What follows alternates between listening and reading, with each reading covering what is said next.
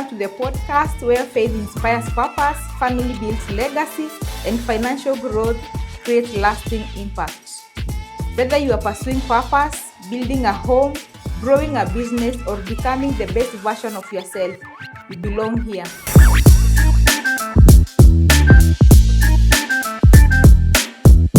Your space for meaningful conversations, practical insights, and transformational ideas to help you grow spiritually, strengthen your family, and achieve financial success.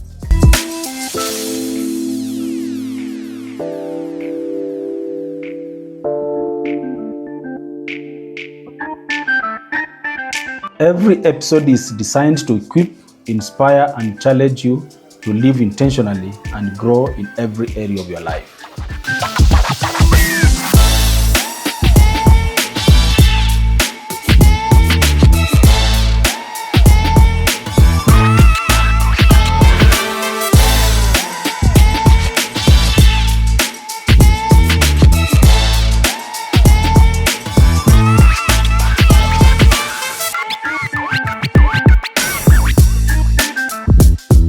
Welcome to Triple F, where growth begins from within and impact reaches beyond.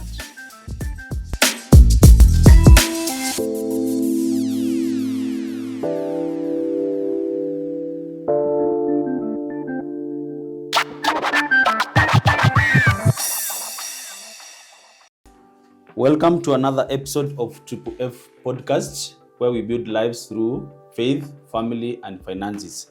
Our today's topic is building a strong marriage in our today's world.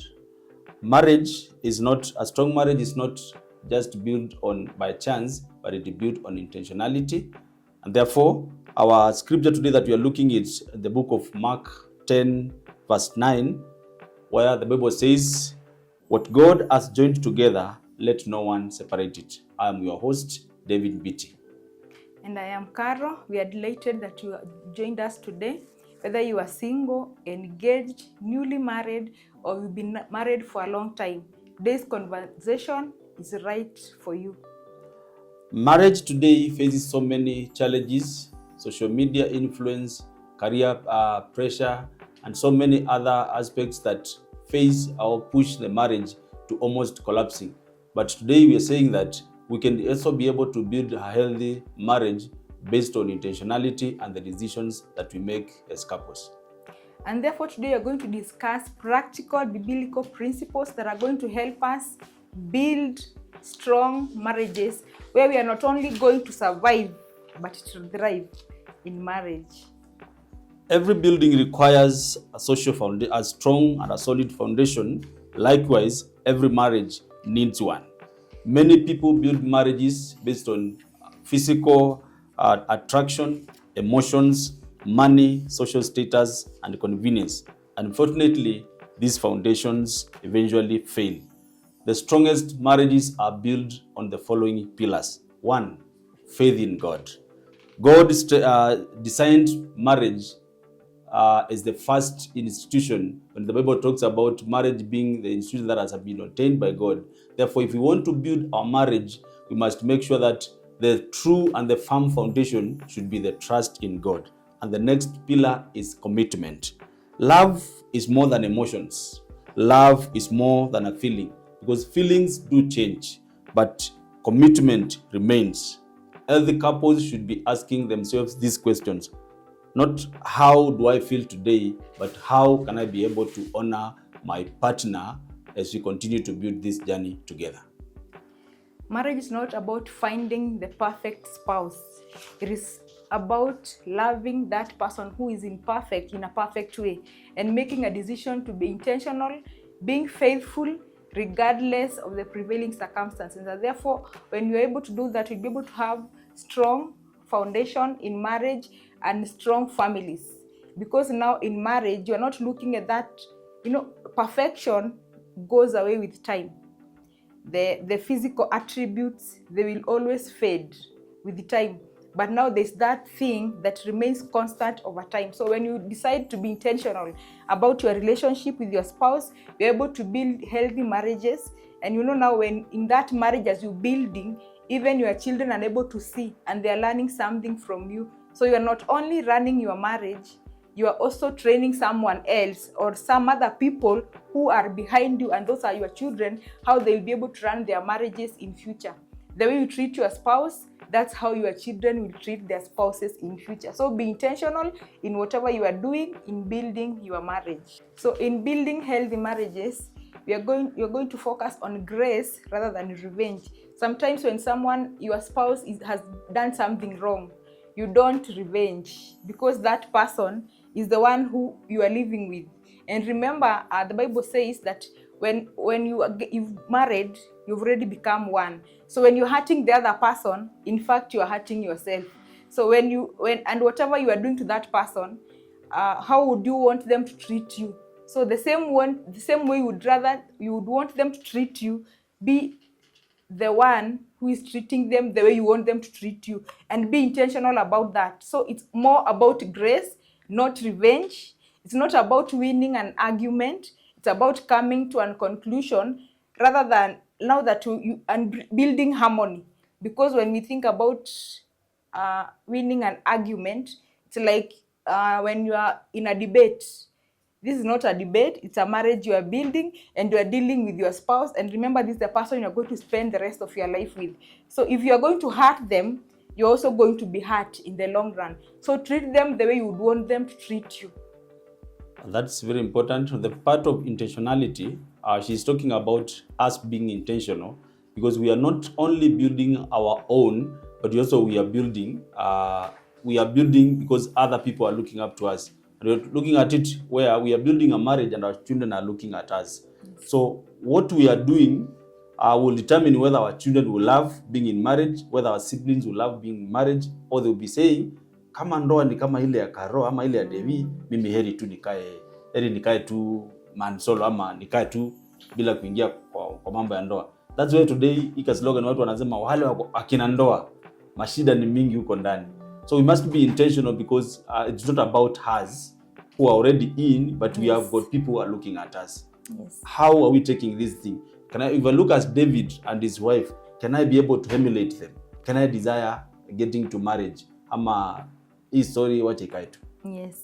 And even our children are looking at us. If you have a son, he's looking the way you are treating their mother. Yeah. So because now this is a child who is growing and they are learning through observation, what you are doing, that's what they will escalate. Yes. So it's good to be intentional in how we are treating one another in marriage, because besides the outsiders, those who are in our home, they are looking up to us.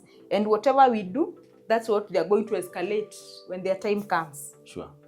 And now this leads us to our today's discussion.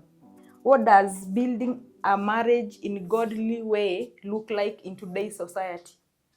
When you're talking about building a marriage in a godly way, first the Bible talks about God having ordained marriage as a holy institution.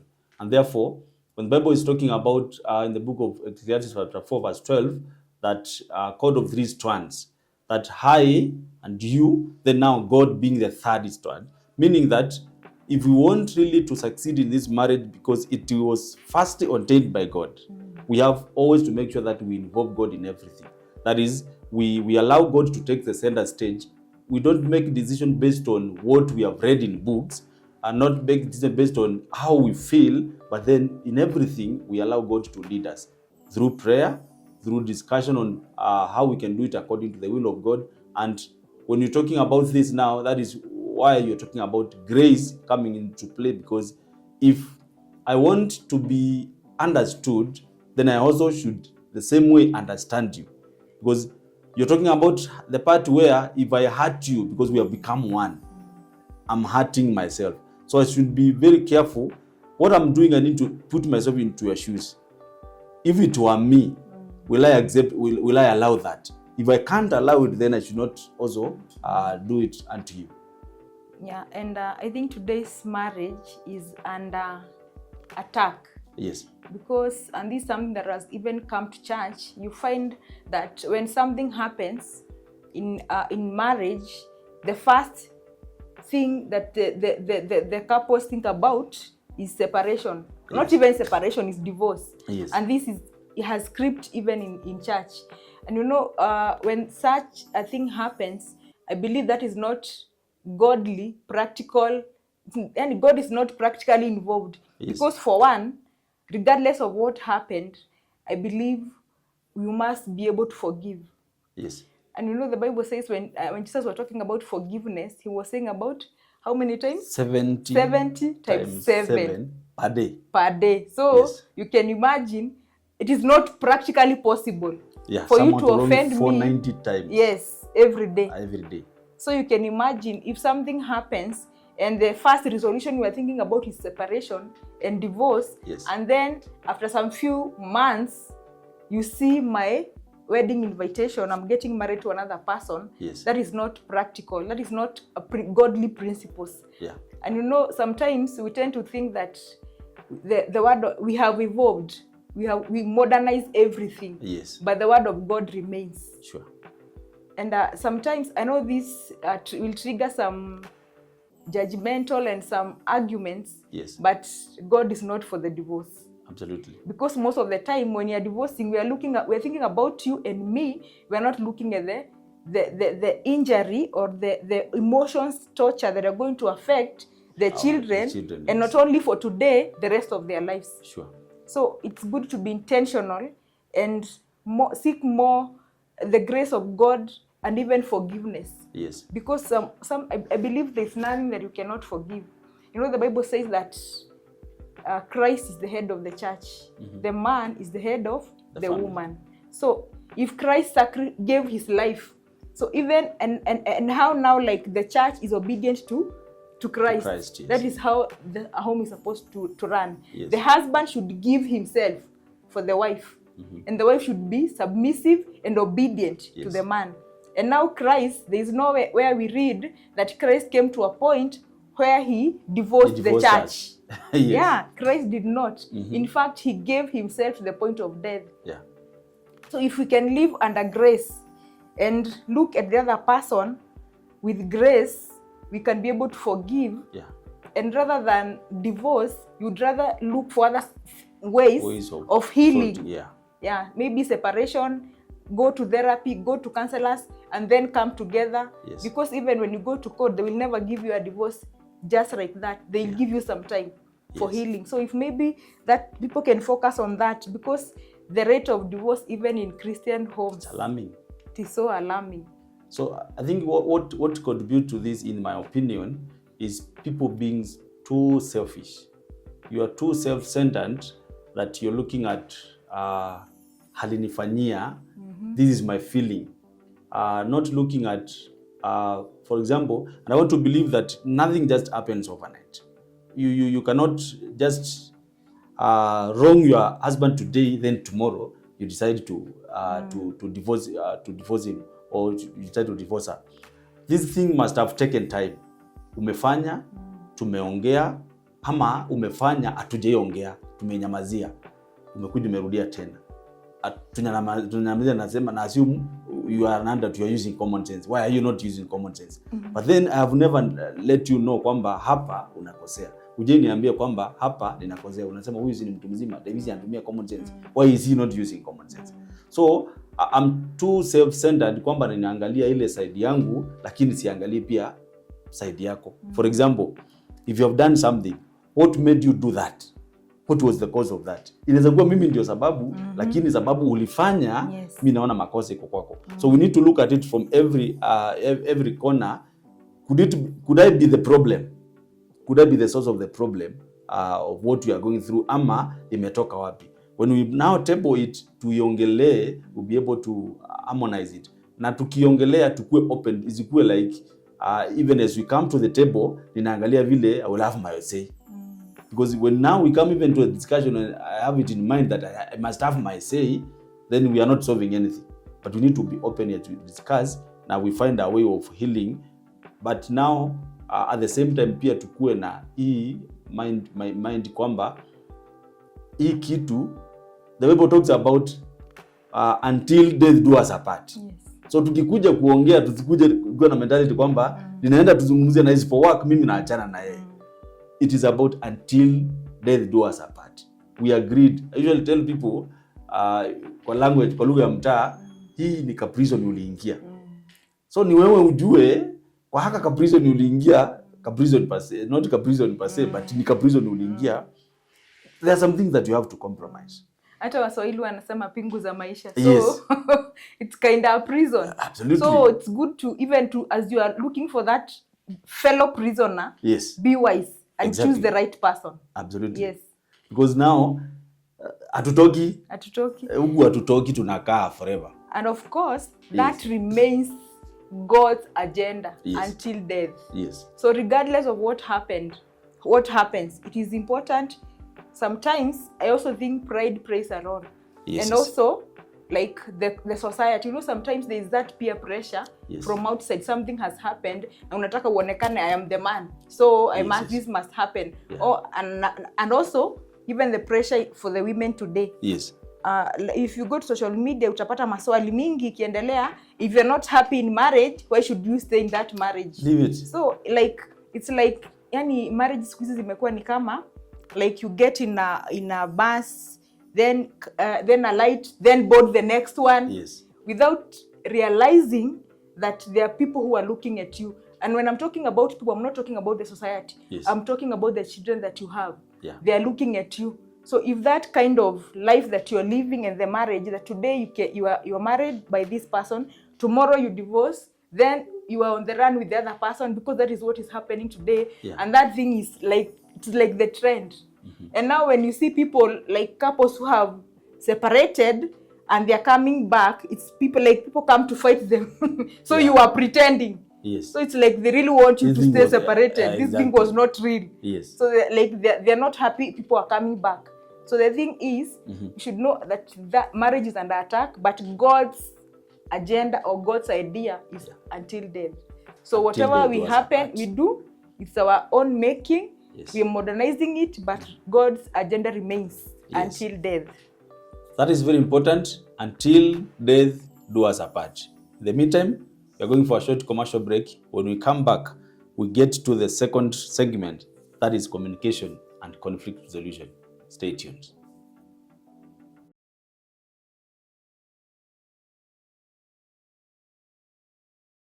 Ever wondered why Amani Gardens Phase 1 is selling so fast?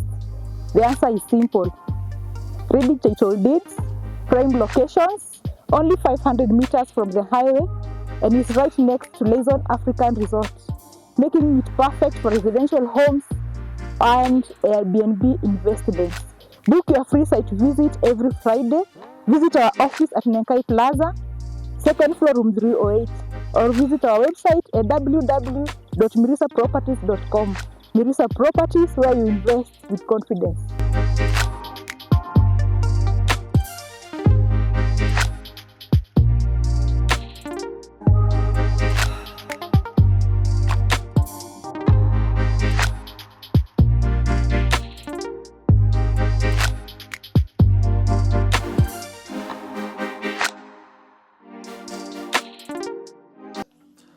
Welcome back. We are getting to the second segment, that is communication and conflict resolution. And we are saying that most communication is the heartbeat of every relationship, not only marriage. Most marriages do not fall or fail because of one big problem, but they slowly get affected, or they slowly deteriorate because communication breaks down. And what does healthy communication look like? We are talking about listening before responding. We are talking about speaking respectively, being honest, avoiding assumptions. That is where the Bible in the book of James 1:19 is telling us that everyone should be quick to listen, slow to speak, and slow to become angry. Yes, conflict is not the enemy. The enemy is silence. When you avoid tackling and having difficult conversations over what happened, that's now when the problem creeps in. Because when conflict must happen regardless, whether you are living, even if you are not, like one is working from afar and you are the other one stays at home, conflict are bound to arise. But now the thing is, how do you solve your conflicts? Do you talk about them, or are you silent? And one of the things that we are supposed to look at is that don't attack that person. Attack what happened and be able to resolve it gracefully. Because now when you are silent and you're not talking about it, the other person might not know, or even they might offend you even without knowing whether they offended you. And now when you are silent, that thing will be accumulating, and mostly like women, you're able to remember. So even the slightest details. I will remember when you offended me. Maybe we've been married for 10 years, but when we were 2 months married, I will remember that. So we should be like let us not keep things. Let us discuss and talk about an issue when it arises instead of being silent. And now, because now when we talk, we'll be solving a conflict and then we are done with it. But now when we pile, we'll be having so many things to discuss about, when we talk about, we are discussing about something, we are trying to solve a conflict. And now by the time we are ending this one, I remember, even the other day, you did this and this. So instead of attacking the person, you attack the problem. And you talk about that thing until you're able to find a solution about it. And it might not be easy, but it is good to be intentional. And don't hide. Speak, but gracefully. Yes. You can attack and hurt the other person through the words. Yeah. Especially, I think, as women know, by the time I'm talking 20 words, you've already spoken one. So it's good to be graceful and not attack the other person. Yeah. And also learn to apologize and be sincere. If you have offended me or you have been offended, as you are apologizing, not just for the sake. Sawa pole. Yeah. So be intentional and do it sincerely and gracefully. Yes. And please promise not to repeat the same. And on that part of apologizing and being sincere, you can apologize, as you say, and just for the sake of it. But then you've wronged me, you have apologized, and you are remorseful about the mistake that you did. So this one shows that it wasn't planned, it wasn't intentional. It happened by mistake, just as man is to error.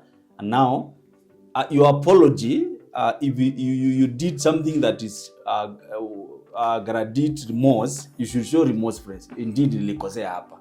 For example, I'm sorry basi. Ni sawa tu. Ni sawa tu. Hii maneno ishi. Yeah, pole basi. Actually, pole basi. So sometimes the most powerful words in marriages are, I am sorry. Men, it doesn't make you a woman to say I am sorry. Just be sorry. Say I'm sorry. I was wrong. Admit your mistake and apologize. Thank you. Appreciating your spouse can help you have so much privileges that she withholds or he withholds. Just by appreciating the small things that they do, appreciate them, and then how can I help you? Because each one of us has their own weaknesses and we are struggling in some areas. So if you see your spouse is struggling in this area, kindly offer to assist. How can I help you in this area? For example, most of the times, ladies, most of the ladies struggle in managing time. And wanajitetea sana sababu wanasemanga tunabeba mambo ya jamii yote. We understand, but then as a husband you need to chip in na muulize, okay, ninaelewa unabeba mambo yote ya jamii. How can I help you in this area? At least kama kuna mambo kidogo ninaweza fanya ndio umanage time, how can I help you? It really helps because it shows that you are concerned, you are one, you are part and parcel of our life. Therefore, offer to help. These simple words can save a relationship. Let us learn to get into our partner's life completely. So hapo kwa time management, yes, especially for us ladies, I think tumefikiwa leo, but I'm not defending us. Yes. So as we kama vile umesema tunabeba mambo. Yes. Mambo ya nyumba, those are practically, those are the daily activities. Yes. For example, today is on a Sunday. Yes. Mimi nimeamka mapema, nimewacha tu kama umelala. Yes. So I have to do all the things, to prepare the breakfast, watoto, kila kitu. Yes. So by the time mimi ninamalizia kutengeneza breakfast na nini na kutayarisha watoto, sasa wewe umeamka na umeoga uko ready. Yes. Wewe tu ni kuamka na kuingia shower. So by the time tunaweka breakfast, mimi hata sijaoga. Yes. So labda pengine niwache mkikula breakfast, niende nikaoge. So nikiwa kwa bafu tu vile nimetoka ndio nakuja kunywa chai. Hey. tunaenda. Yes. So ile time ya kungoja, so ndio unasema I'm not able to manage time. What if wakati tuliamka na wewe. So yes. I was as I'm preparing the breakfast. Yes. Pia wewe saidia watoto. Sure. Ndio tukimaliza, tukiingia kwa bafu, tukifanya kila kitu tumalizie pamoja. You know I've interacted with quite a number. Yes. And on a Sunday morning, because of the there's so much conflict. Yes. There was even a meme that I saw about, they were saying that what happens in African homes every Sunday morning. So baba ametoka, nafungua, nasema kila mtu anatoka hadi watoto wakibrush. Everyone is running. Mwingine hata amesahau. Yes. Unaona? But sasa imagine sasa this scenario, nimeamka, wewe nimekuacha umelala. So by the time I'm doing all the activities, nimemaliza kupika, na sasa breakfast ati ninapika chai tu. Yeah. Unaona? Nipike chai, hizo vitu zingine nipike, nitayarishe, ni set the table, everything. Yes. Watoto wajitayarishe, wewe tu bado umelala. So by the time watoto wanajitayarisha, ama ninawaambia labda mwingine hata anauliza unatoa nguo, unamwambia hapana usivae hii. So you are dealing with another conflict hapa. Yes. Hiyo ya asubuhi. So by the time mnamaliza, wewe ushaoga as the man. Niko ready. Hata uko kwa meza. Unauliza mnajua masaa imefika? So by the time tunaanza kukula, mimi kama wife, hata sijaoga. So let me help you. Let me help ladies here because now I'm talking from a point of a man, and I find myself in such in such chaos most of the times, to be frank. But then we try to help. As I'm saying, let's try to help. This is not okay. Honestly speaking, out of a little experience that I've gained, men, helping your wife sikukaliwa as a side put it. Because for example, if for sure you love your family, what does it cost you hata kuamka Sunday basi useme leo tunaenda kupika breakfast? Na watoto, kama ni watoto wanaweza enda jikoni waambie tunajua mama anafanya hii shughuli, sisi ndio tunaingia leo, tuna prepare breakfast for mama. Tunaenda tuna prepare breakfast as she thought out, kama ni kwa haya ni clothes, ya haya ni clothes, sisi na watoto ama mimi nimepika breakfast, nimeleta. Then another thing, because most of the conflicts, as you say, happen on Sunday morning. They happen because on Sunday morning. Na it's a strategy of the enemy. Or when you are traveling. Yes. It's a strategy of the enemy. Ndio msiende, hakuna breakthrough church kukienda service. So why can't we prepare everything that can be prepared on Saturday evening? For example, you need to know mnavaa nini Saturday jioni, zipigwe pasi hizo nguo, kila kitu matters. Preparation of clothes ikuwe tayari on Saturday jioni. Then now tukiamka, wanaume, hamka na wife, saidia mahali unaweza. Kama ni jikoni, ingia. Kwani kupika chai inakufanya ndio itakufanya ukae kama umevaa skirt? Just it is being romantic actually. Your children values that daddy anasaidianga mom. I don't know whether perhaps it's because we are in an African setup. Yes. I think it's easier said than done. Yes. Because practically through my interactions, yes, that one is hard by something that is not like it is labda jioni ni easy. Yes. Lakini asubuhi sijui nijue kala kwa usingizi. Si ngumu. And remember most yes. of the time we have different families at different stages. Kuna mtu wako na wale watoto wote teenagers, yes. wengine ni wakubwa wanaweza pika. Yes. Look a scenario where you have they are all toddlers. Kwa yes. watoto wangapi? Watatu. Wako below 5 ama hata below 10. You can imagine hata kama uli prepare jioni, the chaos in that house. Chaos ni kubwa. It's basically like what happens during school days from Monday to Friday. Yes.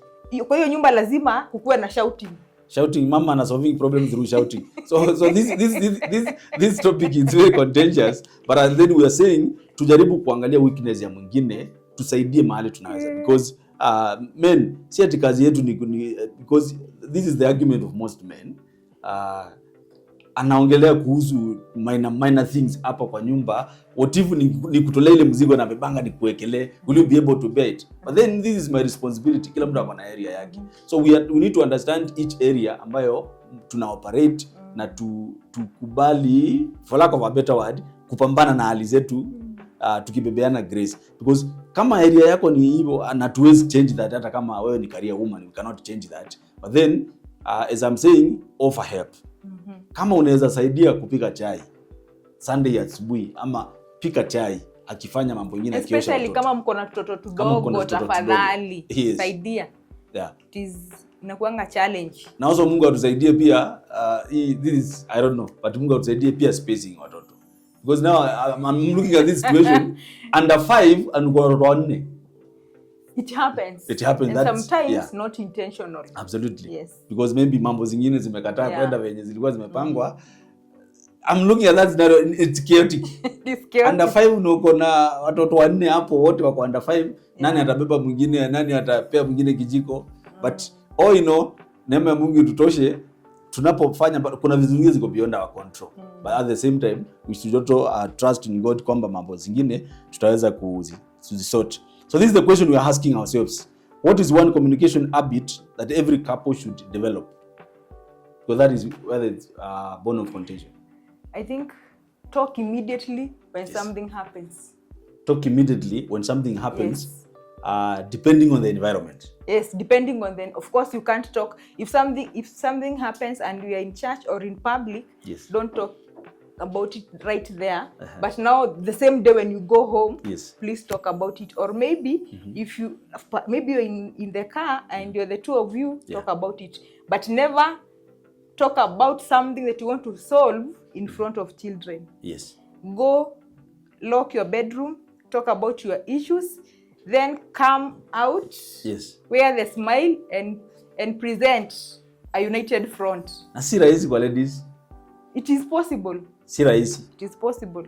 But it is possible. Yeah, it's possible, but most of the times you realize you even children will notice. Mommy, do you have a problem? Especially now when they are grown. Yes. But now the toddlers won't. But it's a good habit. Yes. You start training yourself. Yeah. You will just go inside, shout, scream. But now when you come out, you are smiling. Lisa, what can we have today? So that's where, even as we continue with this discussion today, we will be looking at what avenues should we explore to make sure that, because just solving issues at home, Aitoshi.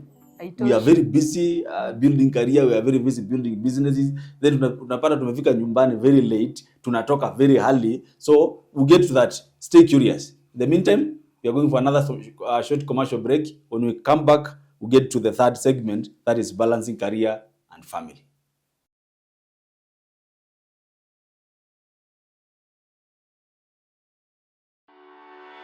Mirisa Properties Ltd tumekuletea Money Gardens Phase 5.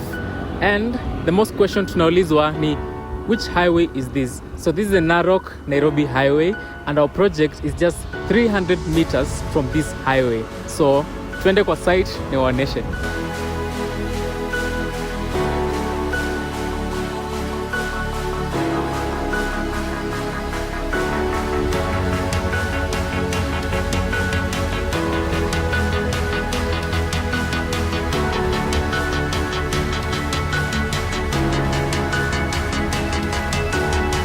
So hapa tuko kwa site Ilmashariani area, just 300 meters off the Narok Nairobi highway, and the launch price today is only 1.2 million Kenya shillings. Na tuko na flexible pricing.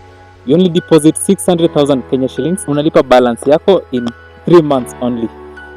Unaweza tupigia simu kwa 0702613131 ama visit our website at www.mirisaproperties.com ama utembelee kwa head office at Nenkai Plaza, room number 308, opposite Shell petrol station. Mirisa Properties Ltd, where you invest with confidence.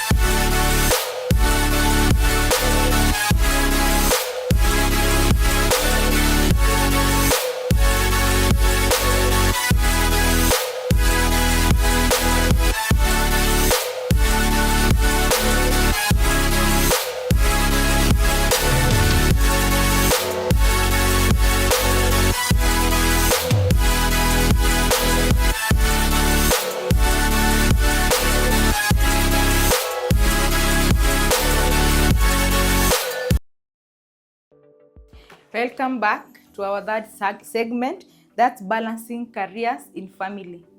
In today's world, we are all career people. Women are in career, of course, husbands and men are in their own careers. So balancing that life between family, you're balancing between your career, children, and your spouse. Are you able to create time for each one of you?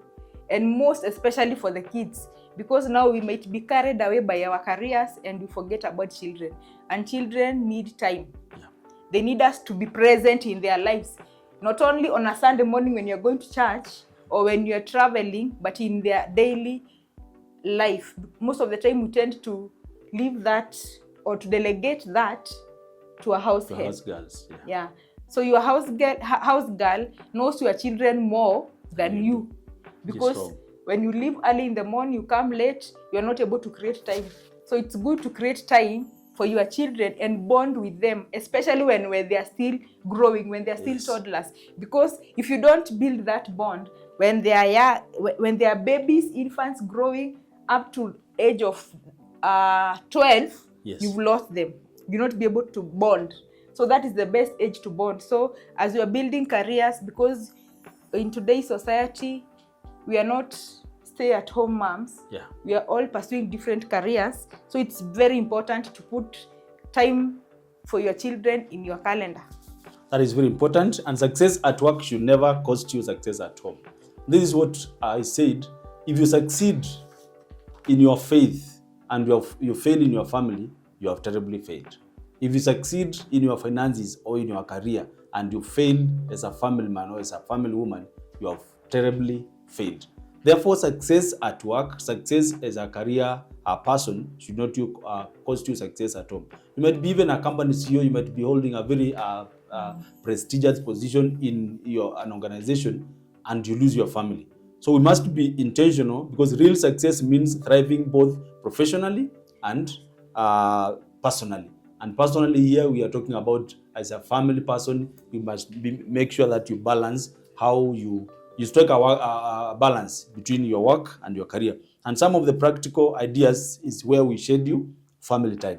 As family man, as a family woman, we must always make sure that we have a priority for families. It might be even on a Sunday afternoon after church. Yeah. Can you even create 2 hours mwende mkule lunch pamoja na jamii, mwende board, muongee, na inasaidia. Pray together. It is very important. And I'm challenging men here.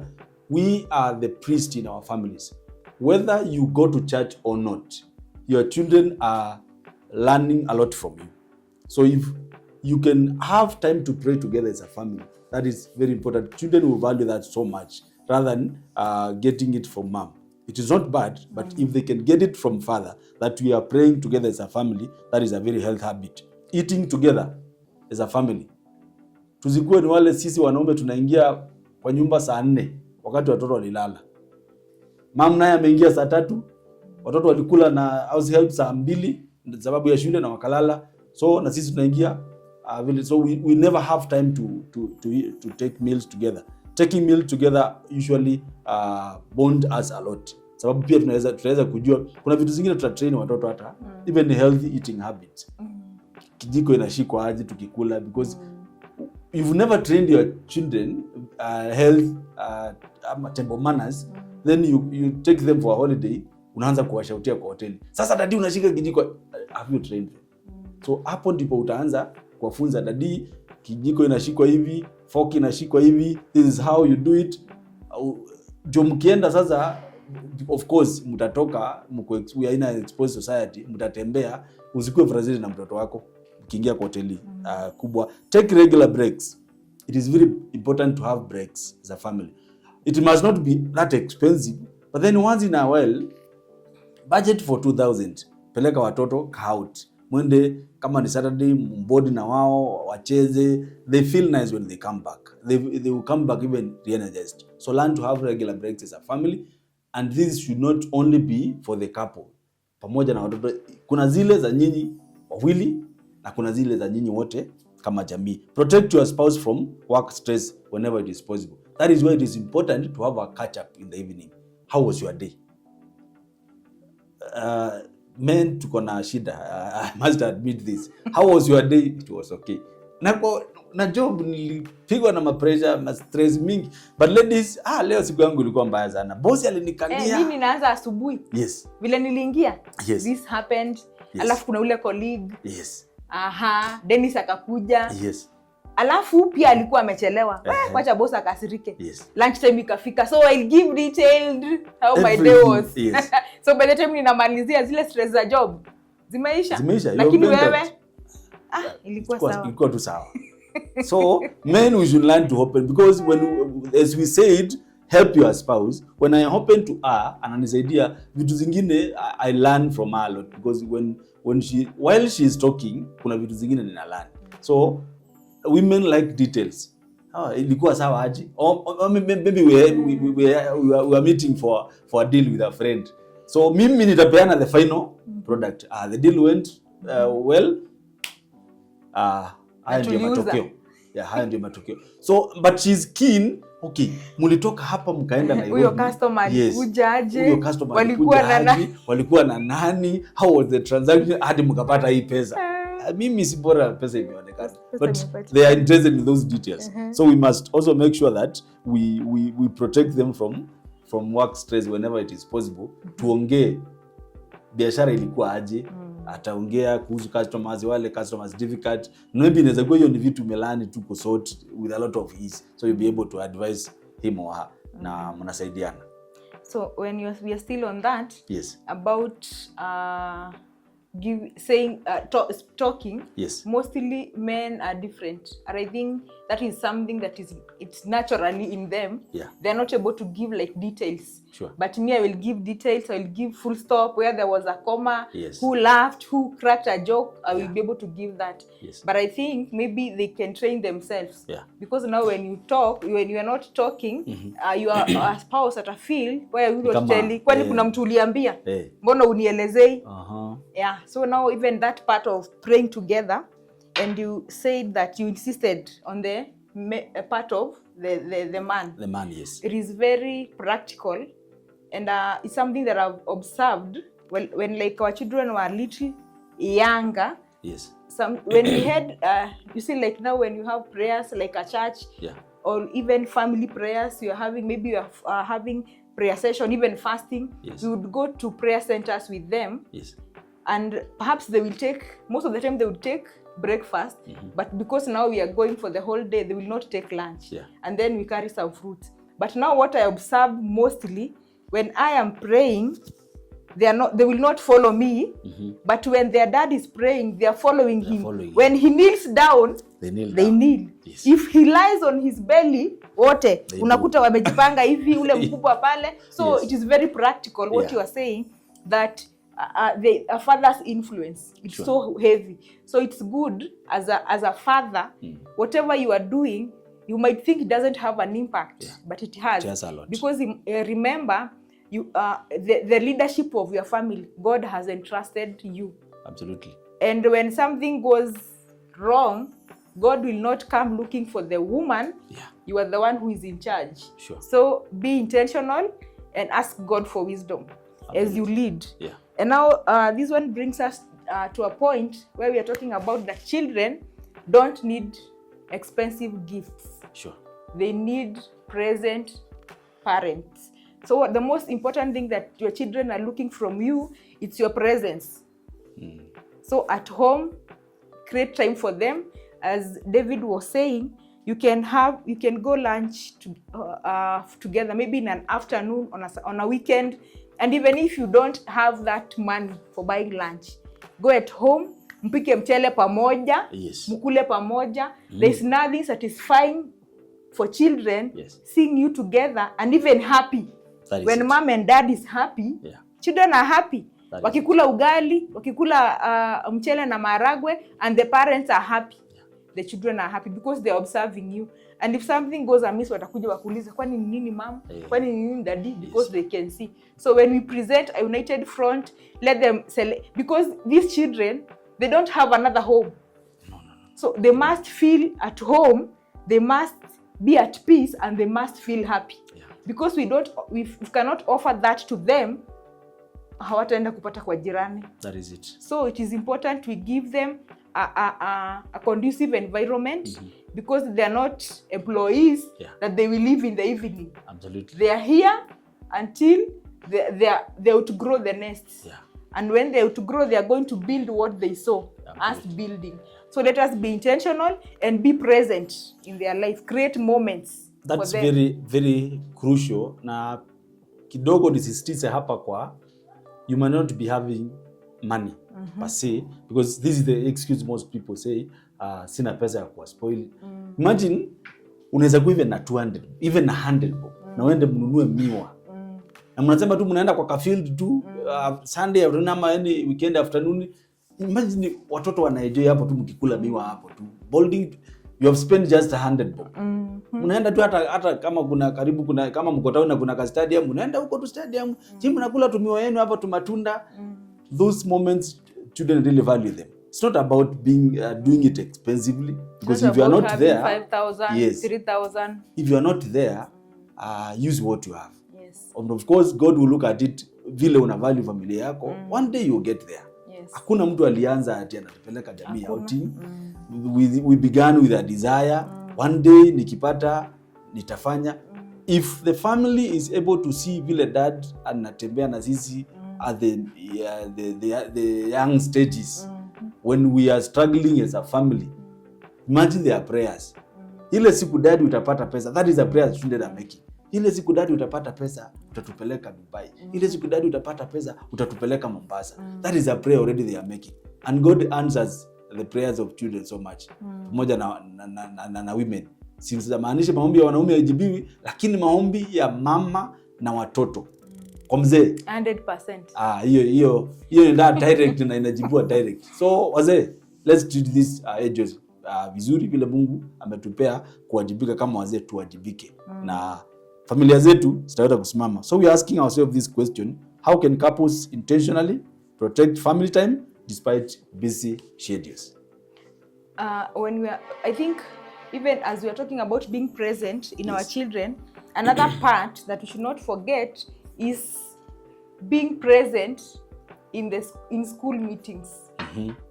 You know, so like now when you are with your colleagues, yes, how you feel, yeah? When you are talking, you are interacting with your friends, remember your children, their friends, their friends, yes, they are their colleagues. Yes. And they want to see dad came, yes, mom came. Whether you have something or you don't. Showing up. When you show up, yes, they start smiling. Absolutely. Most of the time when I attend school meetings, I will make sure ninatafuta na macho mpaka ninaona mahali mtoto wangu amekaa. So the moment I get contact with them, yeah, the smile that they have, sure, and then they're asking you, daddy yako wapi? So they want to know daddy yako. Daddy yako. So unamwambia na akimuona. So unaona anaanza kuambia colleague. So it is very important. Yes. So you might think it is just like going, but it means a lot to them. Sure. And remember, those are the memories you are creating. Yes. When you were in high school. Yeah.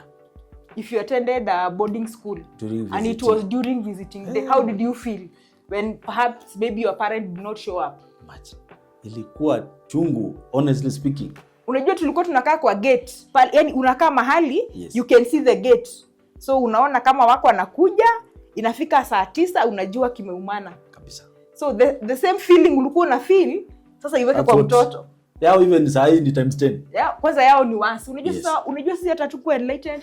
Hawa ni watoto wanasoma mpaka mambo ya children rights. Exactly. They will tell you this is child labor.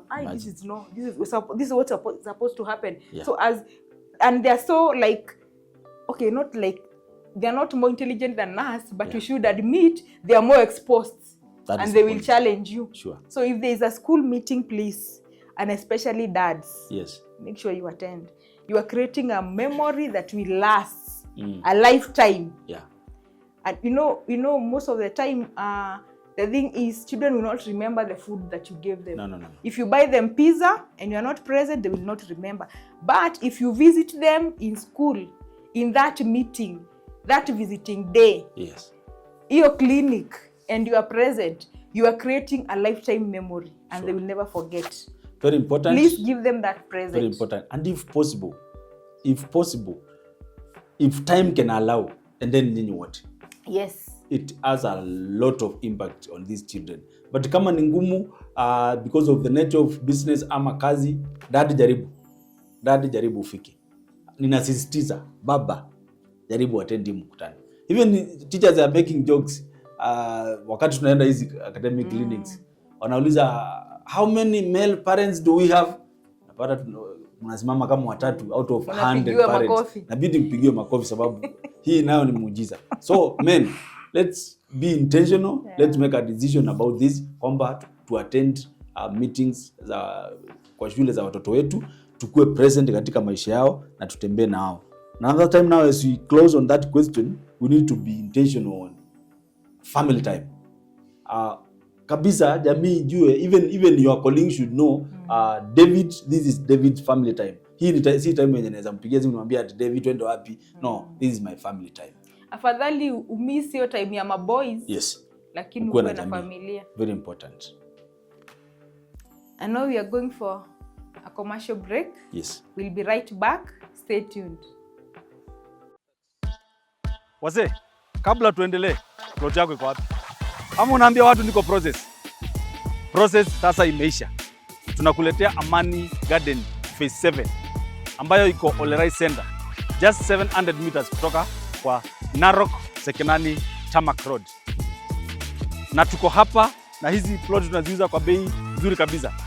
650,000, tunakupea chance ya kulipa deposit ya 400,000 na tunakupea 3 months ya kuclear balance. Sasa hiyo shughuli ya kusema unangoja process imeisha, na acha hizo stories za jaba na ukuwe land owner kuanzia leo.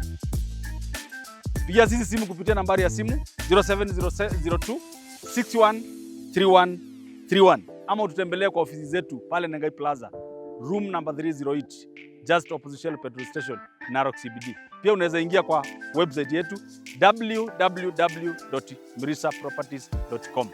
Karibu sana kuwa land owner hapa, na waambie watu ninangoja ka process.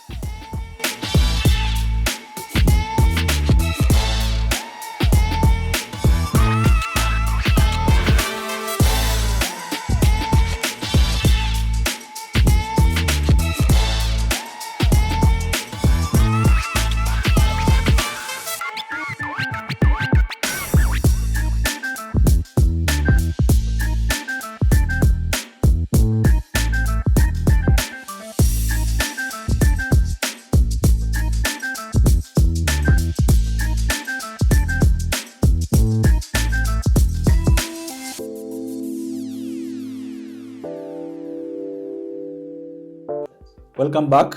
We are looking at our fourth segment, that is financial unity in marriage. And we are saying money is one of the leading causes of marital conflicts.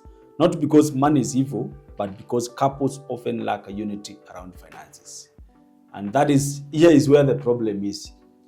I am earning, my wife does not know how much I earn. I'm doing business, hata ajui nini natoka kwa hiyo biashara, anasema bora daddy ana provide, maisha inasonga. My wife is earning, I do not know how much she earns. She's in business, there's no accountability, and it becomes a whole problem. So this is what we are advising as a family or as couples. We need to have a healthy financial habits. One of them being shared financial visions. Know where you are going as a family. Are you saving? What is the goal of that saving? Are you saving to buy a land? What time do you intend to take na hii project? Are you building a house? What time do you intend to take with this project?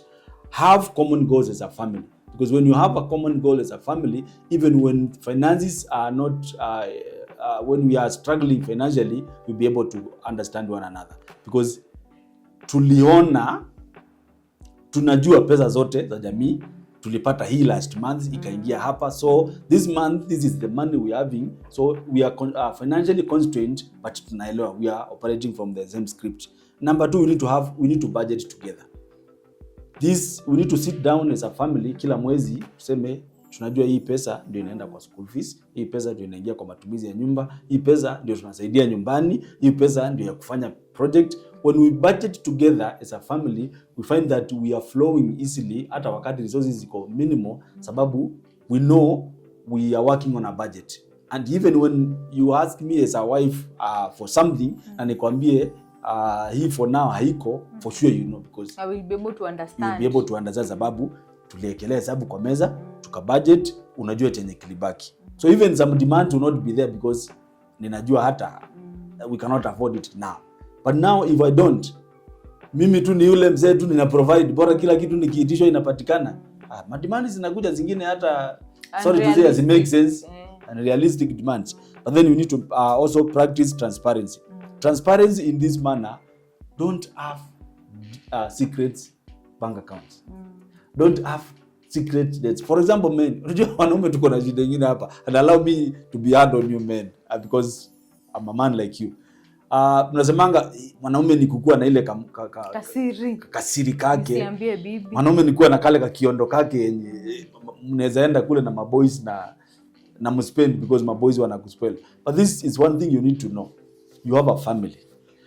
At the end of it, when all is said and done, the fallback ni familia, si hao maboys. Hata maboys wakikutoka. Hata maboys wakikutoka unarudi kwa hii jamii. So the first priority should be this family. Maboys wajue wewe ni family man na kuna boundaries. Hapa siwezi enda beyond here because me resources zangu ni za jamii, so of course I have a budget for boys. Lakini ikienda venye naona ina stretch sana, no, I'm not here because we have budgeted for this as a family. So we need to make sure that we don't have hidden loans. And that is where most of the we are realizing most of the times nowadays unapata watu wamewana very big wedding leo and after a few months wame divorce. Some of the causes of these divorces ni kwamba unapata wakati tulikuwa tunachumbiana, sije kuambia kwamba mimi niko na loan bank. And by the way, when you're still there, yes, never take a loan yes, for a wedding. It's not advisable at all. Because wewe unachukua loan utufurahishe, then from there wewe ndio unaenda kuwa na sleepless nights. So unapata mimi nilichukua loan, maybe I was even supporting my family when I was single, which is allowed, but then before we get to saying yes I do, kila kitu tuwekelee kwa meza. By then niko na loan ya 1 million, we need to plan on how we will service it. Because yeye maybe aliniona nina drive gari kubwa, anajua mshahara yangu ni 180,000, sema hapa ni nywe. So akikuja tuwekelee kwa meza. Mwambie I'm servicing a loan worth 1 million. Maybe 100,000 inaenda kwa bank kila mwezi. So before you make that final decision, kama huyu msichana alikuwa anakuja juu ya pesa, ata pull back. But if for sure she was for genuine love, we will be able to move together. Yes. It is true. Financial partnership means teamwork. Yes. And teamwork, as David is saying, is supporting one another. Yeah. Because now, even as you are talking about, like the man is okay, of course, that one we know, and it is biblical, it is traditional, it is known, man is the provider. Yes. So regardless. Sure. So even if like the man is the one who is the provider, as a woman, it is good to work in a team. Yeah. And if you are working and you are in business and you are earning, don't like be the women who say mine is mine, but his is ours. I think that is not wisdom. Sure. Because now whatever we are building together, and we must work in a team. And if you know now we are living in difficult financial times, even in business, and now if I say that my money is mine, yeah, and his is ours, I think things are escalating. The cost of living is so high. Yeah. It is good always to chip in and to help where you can. Yes. Rather than folding your hands, he's the provider. Mbona watoto wanafukuzwa shule, but niko na pesa ninasema ni ya chama. Actually, the funniest, sorry to interject hapa, the funniest thing, maybe you are not employed, you are doing business. You want the husband to support you, start that business, run it hadi ishike. Sasa wakati imeshika, now at this point now as a lady, my money. Na capital ilitoka kwa mzee. Capital ilitoka kwa pesa ya jamii. Sasa wakati imekuwa sasa, now things now it becomes your money. Why should that money remain to be a family resources? Sometimes it is important when you're working as a team. Yes. You can even take a loan for growth and Yes. development, Yes. and you say like the man will be servicing the loan, Yes. I will be doing this and this, Yes. and that by that you will go far Sure. and very fast. Yes. But in a like that, rather than in a scenario whereby we have taken a loan, the man is financing the loan, and But I I'm have providing money, a but I'm not obvious. providing anything. Yes. So if you're financing a loan, why can't I maybe even pay rent? Yes. Take care of the school fees, take care of the house needs, Yes. because now and that happens when we are transparent. And I know this much you're making, Yes. this is how I'm making, so we're able to budget and work together as a team. But now if I withhold my help, Yes. we are going to kill our husbands because of the pressure. So if you're in a position, please Yes. support, Na sisi hatutakubali kufa. because we are building. You are not building it's not a one man show. Yeah. We are working in a team and we are working together. Yes. Because now when you are withholding, akona pressure ya kulipa loans, due pressure ya school fees, pressure ya nini. So tabaki peke yako. So ni vizuri kusaidiana, Kabisa. support one another, Yes. so that you are going to be united as a family, and you're going to grow. And even when there is unity, the Bible says that God commands a blessing. Absolutely. Yes. Wanaume tusikubali kufa. Let's talk. Let's put everything on the table. But honestly speaking, ladies are good at following. So ile example utaset kwa jamii ndio itadetermine kama bibi atakuwa na accounts fiche, sababu wewe uko na accounts kama 10 na she only knows 2. We are very good in nikikusoma Yes. nijue sasa wewe ni wa mtu wa aina gani. Yes. I'll be able to know kama nitakuwa na ile pesa ya chama. Unajua tunasemanga ni ya chama. Sure. Hata nikikupatia nakwambia Na unajua hiyo nitakukopesha pesa lakini ile ya ni ya chama. chama. Yes. By that year unirudishie hiyo pesa. Sitaki makelele na wamama, lakini pesa ni yangu. Lakini unajua kwa nini nasema hivyo? Kisha kusoma, kisha kujua. Yeah. Nikichukua loan, nikikuchukulia mahali au rudishangi. Absolutely. So mbona nikupatie? Yeah. So tulipe madeni za, unajua deni ya mama by the way asa wengi. Akikopesha hiyo pesa rudisha. Ya chama lazima ni ya ulipe. chama, lakini depending na vile mmeishi inaweza kuwa ni yake, lakini wewe unaambiwa ni ya chama. A story is being told of a lady who sababu hizi siri pesa za familia, a lady amejenga flat. Imagine hawana boma, wanaishi kwa rentals. A lady amejenga, yeye amejipanga, amejenga rental apartments. Aleta mjadala kwa nyumba, mzee anataka tuame hapa. Hii environment si furahi siku hizi, hapa kuna makelele mengi, so mimi ninatafuta nyumba. And then nyumba yenye anatafuta ni gani? Ile yake. So akaenda, they moved to the house and na kuna kuwa na fake agent. Yes, bank inalipa through an agent. Yeah. Rent inalipa through an agent. Ni 35,000. Yes. So mzee anaendelea kulipa rent. Mzee alilipa rent for 5 years. Yeah. So from nowhere tu ilikuja tu vitsanga zikatokea, and finally mwanamume akakuja kugundua kwamba alikuwa analipa rent the last 5 years. Nyumba ya bibi. Sasa mwanaume kama huyu surely ile makasiriko itakuwa hapa, to be honest, hata kama tunasema tukubaliane tusameheane, saa zingine hii ni ngumu naye kusamehe. Umenipiga ukora 5 years nikilipa rent. Lakini unajua labda ina determine pia yeye before huyu decide kujenga, yes, walikuwa wameishi aje. That is why I'm saying huyu mtu zile decision atatake itategemea tunaishi aje. Because kama nimemuonyesha kwamba we can have secret bank accounts, we can have secret investments, these people are good at this. They are super actually. Yeah, because now you can decide to do something a secret ama surprises. We decide maybe we are going to buy something. Yeah. But surely mimi nikiangalia familia yangu, that is not a priority. Sure. Labda unasema, hey, tununue gari. Yeah. Lakini mimi ninajiangalia naona vile sasa hawa watoto wanaelekea, mbona tununue gari na tunaweza nunua ploti. Yes. And then next year tujenge. Unajua tukinunua gari with next year itakuwa imedepreciate. Yes. So it is good to work as a team. Na kwanza mkae chini mnaangalia priorities zenyu ni gani? Exactly. What is your priority? Yeah. Unaweza nunua gari na ikuwe ndio priority. Sure. Na kuna mwingine priority yake ni kukua na boma. So it is always good to sit down and come with a conclusion. What is our priority as a family? But don't make surprises. Yeah, sure. You can make a surprise. Unafikiria una surprise mtu, kwa surprise akwambie wewe enda na hiyo gari.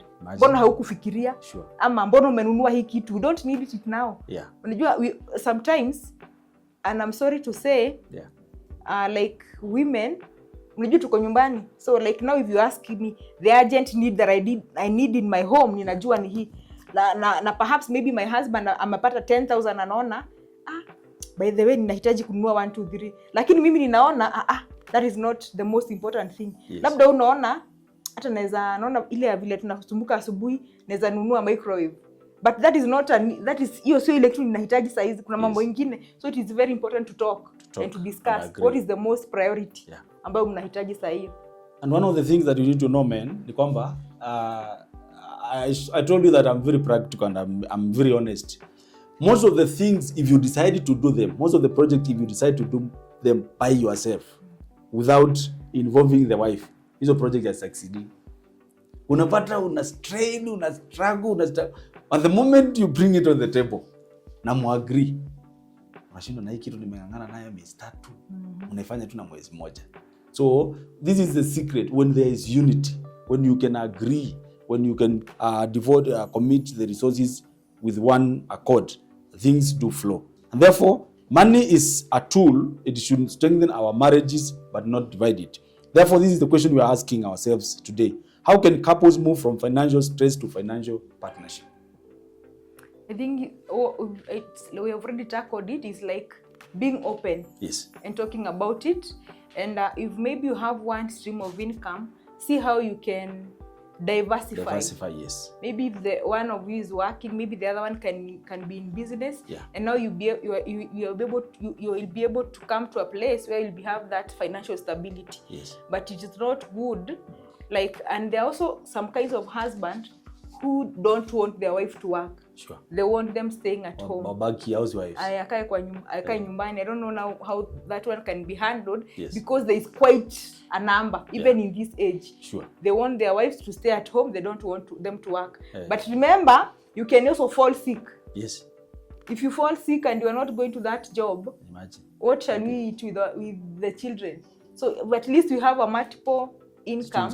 We are all working, and at least even if it's something small, allow your wife to work, allow her, give her that freedom. It's good.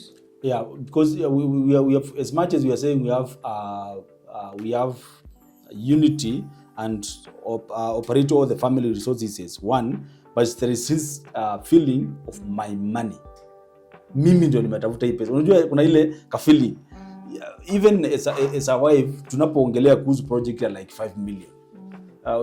You also that ka feeling, mimi kwa hii 5 nimechangia nini as a partner in this, because we are looking at a financial partnership as a family. So tunafanya mradi ya 10 million. Sorry to say, you as a wife hata 1,100 hujachangia beyond kupeana ideas. So we should allow you to work. Ndio hata wakati tuko na project kama hizi, mzee ameleta maybe 70,000, a project ya 100,000, you can also be able to bring 30,000. Si surely hiyo imeniondoa stress. So we give our wives freedom to work. So long as tunajua vile tumetembea hii safari, allow our spouses to work. Let us work towards a common goal, getting from financial stress to financial partnership. And now we get to our fifth segment, that is keeping love alive. Love doesn't disappear overnight. It fades over time. And mostly it depends what has been happening previously. So it's not something that happens overnight, something that takes time, and it fades when it is neglected. And most of the time, because there are so many things that we are going through, the pressures of life, the career, the society, the high cost of living. Sometimes we tend to put like we are putting on hold, you know, that connection, that bond that used to happen. So when things happen, and sometimes it comes, we have come to a place where now we have children, we are raising, there is those chaos in the family, raising children and doing that. So that aspect of love tends to fade away. Like not even fade away. It's like we are putting it in a full stop back seat. Ni kama imewekwa back seat. Tuache kupendana sasa hivi tulee watoto. And so unakuta ni kama inaenda ikizimika. So if you are not intentional, utakuta hata kusema I love you ni kama unashtuka karibu utubu. Karibu utubu. Ama unauliza ni nini unataka? Niliona I saw a comedian. Yes. Bibi anamwambia na umekuja mapema. Umefanya hata nilikuwa nimekumiss. Anampampa. Yes. How was your day today? Anamletea maji. Yes. Anamuuliza utakunywa baridi ama warm. Anajaribu kuexpress. Labda pengine genuinely alikuwa amemiss, but now the husband anauliza ni nini unataka? Agenda ni gani hapa leo? Useme tu. Sure. Mbona una pretend ati I love you? Yes. But sasa unaona it's like it was comedy, but in reality that is what happens. What is happening. Because now things zimekuwa mingi, we forget. Sure. But I think we can build some character, something to follow. Yes. That even as things are happening, that will not forget we came together because of love. Sure. Because even if it's raising children, by the way, children is only a short time, and they are going. Yes. So if you neglect that part, when they are gone, mtashindwa sasa ni nini itatukip together. Kupalilia tena itakuwa ngumu. Ni nini itatukip together. So it's good to arrange. You can arrange maybe for a night out together. Go for night dates, mkwe na maybe a dinner, the two of you. Yes. And it is possible. Sure. You don't have to have like 10,000 for you to do that. But if you're intentional, it is possible. Sure. Because if you don't, time itakimbia, and then you find, by the way, mnajaribu kutafutilia ilipotea because of issues ambazo zilikuwa. But it is good for us to keep it constant. Yes. That is where we are missing it. That's where we are missing it, because imagine, as she puts it, if my wife tells me I love you, ninaanza kushindwa from where? My wife telling me I love you, ninaanza kushtuka. And this is coming because to neglect the aspect ya value one another, date one another, cherish one another, appreciating one another, complimenting them, commenting wakivaa vizuri, such kind of things. But Makiu, hautaniambia kwamba nimevaa vizuri, ninakaa vizuri, nikitokea hapa nje have a colleague lady. Yes. Hey, David Leo, you clocked it. Uko poa. And sometimes they even tease you. Umeambiwa na any other person? I'm the first one. Yeah, I'm the first one. Na umetoka kwa nyumba na ukiambiwa. Na wewe tu innocent unaambia by the way you are the first one. You're coming from a house bwana, na wewe ni family man. So what are you telling us? Honestly speaking, you are the first one. Inaanza hivyo. So inafika point like we are getting compliment huku nje na tuzipati from our partners, which is wrong. And that is where people are falling into temptation. Inaanzanga hivyo. Unapata male colleague na Carol leo unakaa vizuri, hiyo nywele yako umeunda vizuri. Mzee hata hajaiona. Mzee anashindwa sasa imeundwa vizuri wapi?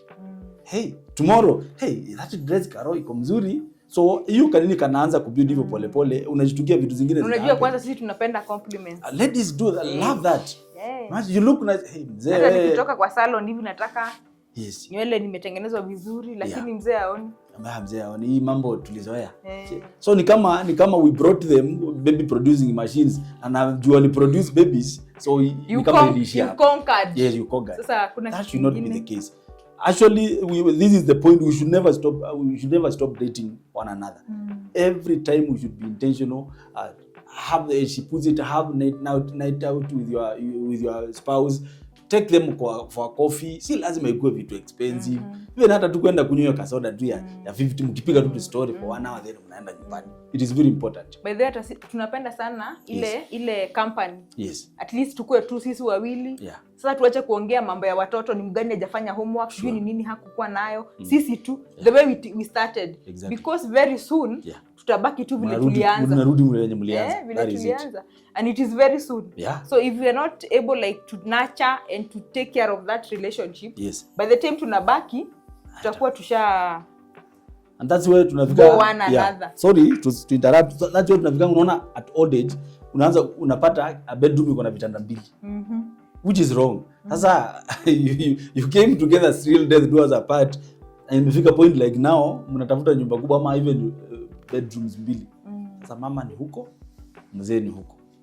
wenye walikuwa wanatuleta pamoja walienda. So na sababu for example maybe mama aliegemea sana kwa watoto, sasa akasahau mzee kabisa. So hata wakati watoto wameenda sasa, hiyo dini iko. I think hiyo part like ya kuegemea kwa watoto, labda even the husband neglected her. That is it. So where do I find my comfort? My children. Sure. And tuna bond kabisa. Wewe upatikanangi, you are never present. Wewe uko tu kila mikazi, mikutano, boys, nini. So mimi, you know, now when I'm raising and nurturing my family, so what is my backup plan?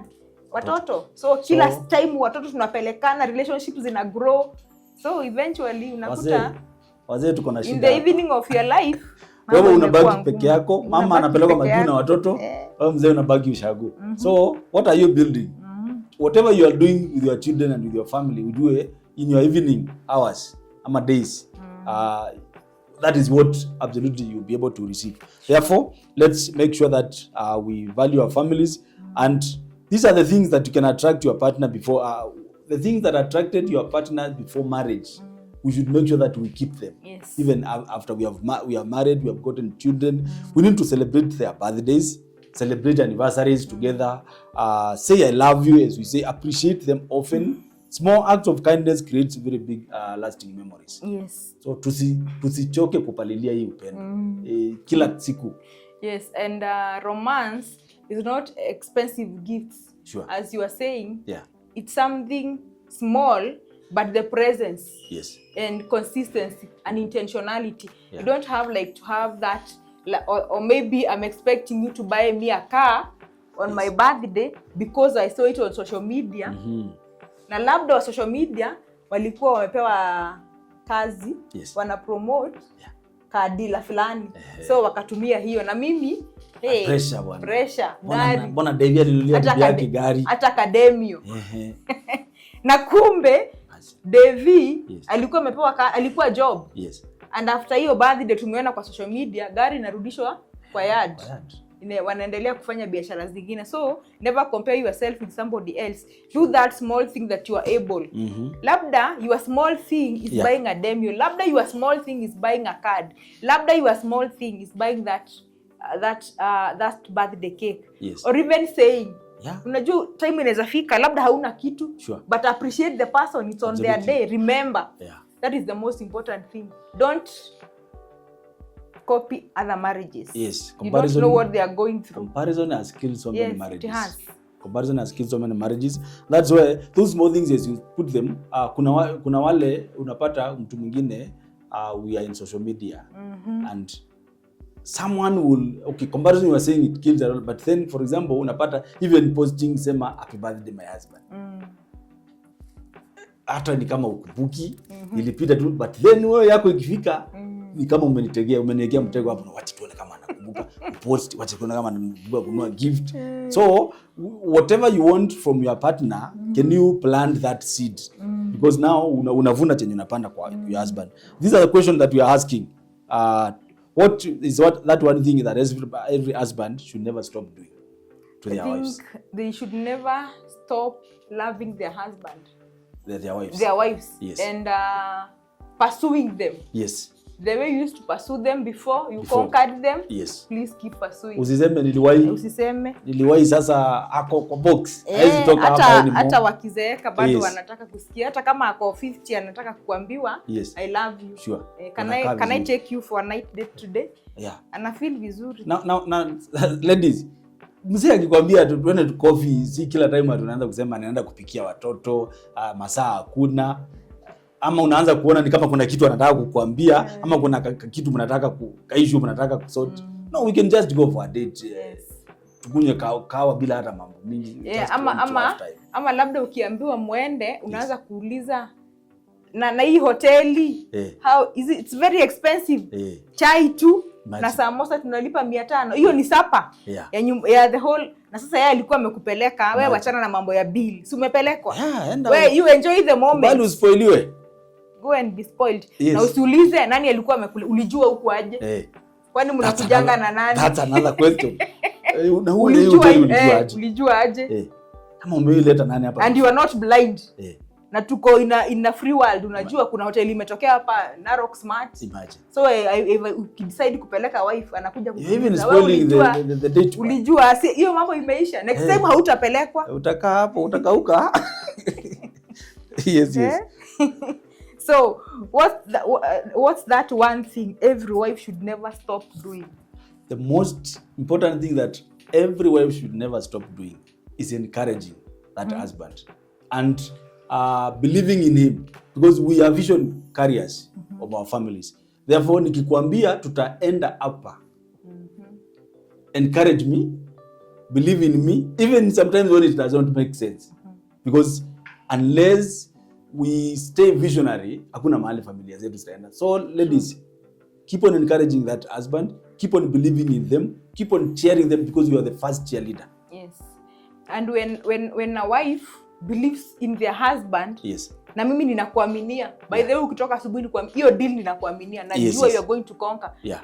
As a husband, you will do all things within your ability, yes, to make sure you conquer. Sure. Yes. So we encourage one another. So what's that one marriage habit that every couple should begin this week? We should set that uninterrupted time to pray together. Yes. To have meal time together, be intentional, create time as a family, even having meals together. Yes. As we come to the closure of this episode, we're saying that marriage is not about perfection. It is about two imperfect people choosing each other every day, growing through challenges, encouraging one another, creating time to bond, valuing one another, bringing all the family resources together, agreeing on what to do, and there is no perfect person. We are two imperfect people who come together, and we trust on a perfect God to continue perfecting us as we continue to walk this journey together. Yes. No matter what season your marriage is, there is always room to rebuild, to improve, to reconnect, to grow. You only need to be intentional about it, focus on it. All your energies and your marriages will work. And let us be intentional about it. And marriage is for life. Wakina ndoa ni kuzuri. Na hakuna kutoka. Na hakuna kutoka. It is until death. Yes, we have come to the end of our today's episode. This has been Triple F Podcast, Faith, Family and Finances. Our today's topic was building a strong marriages in today's world.